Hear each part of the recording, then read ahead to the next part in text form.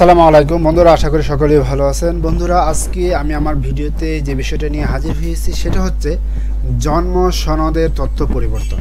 ওকে, আপনি চাইলে জন্ম সনদের বয়সও চেঞ্জ করতে পারেন, আপনি চাইলে জন্ম সনদের পিতামাতার নামও চেঞ্জ করতে পারেন। ওকে, যেভাবে আপনাদের যে ইনফরমেশনটি আপনাদের চেঞ্জ করা প্রয়োজন জন্ম সনদের, সেই ইনফরমেশনটি খুব সহজেই 2024 সালে এসে খুব সহজেই অনলাইনে আবেদন করার মাধ্যমে পরিবর্তন করতে পারবেন।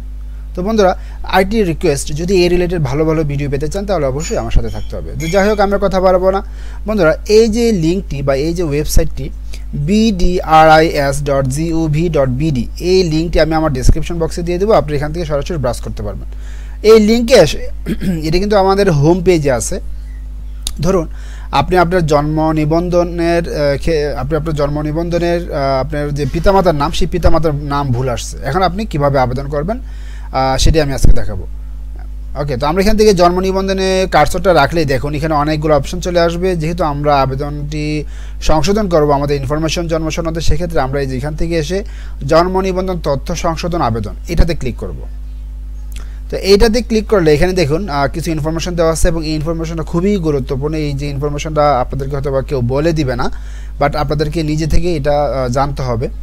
দেখুন এখানে বলছে যে আপনার পিতামাতার নাম সংশোধন করতে হলে নিম্নলিখিত পদক্ষেপগুলো অনুসরণ করুন। ঠিক আছে, যদি আপনার জন্ম নিবন্ধনে যদি পিতামাতার নাম ভুল আসে, সেক্ষেত্রে কিন্তু এই নিয়মগুলো আপনাদেরকে অবশ্যই মানতে হবে।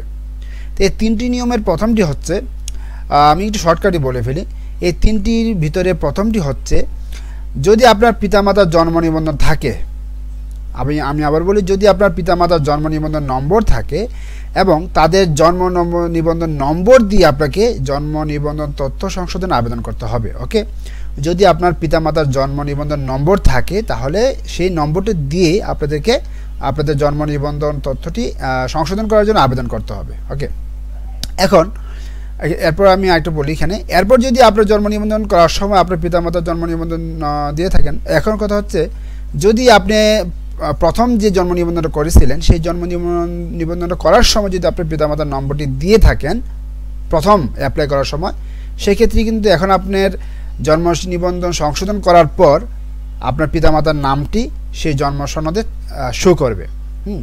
দেখুন কি লেখছে, এরপর যদি আপনার জন্ম নিবন্ধন করার সময় পিতামাতার জন্ম নিবন্ধন দিয়ে থাকেন, তবে তাদের নাম সংশোধন করার পর আপনার জন্ম নিবন্ধন সনদ মুদ্রণ করলে সেখানে পিতামাতার সংশোধিত নাম দেখা যাবে।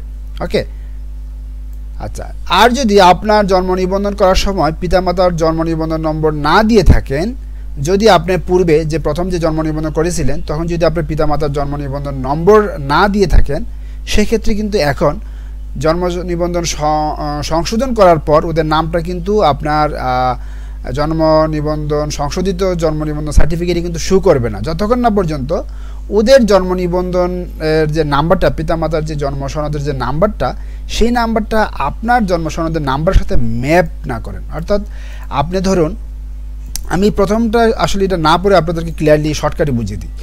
ধরুন আপনি প্রথম জন্ম সনদ করার সময় আপনি আপনার পিতামাতার জন্ম সনদের নাম্বারটা ইউজ করেছিলেন, ঠিক আছে?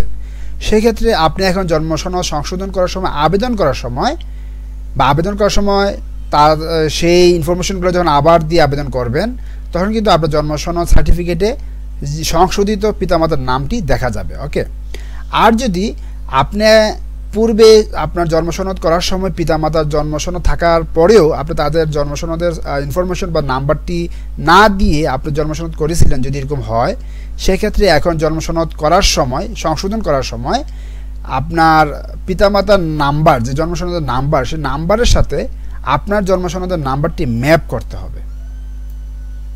ঠিক আছে, তাহলেই শুধুমাত্র আপনি জন্ম সনদটি সংশোধন করতে পারবেন এবং সংশোধন করার পর পিতামাতার সংশোধিত নামটি জন্ম সনদে দেখা যাবে।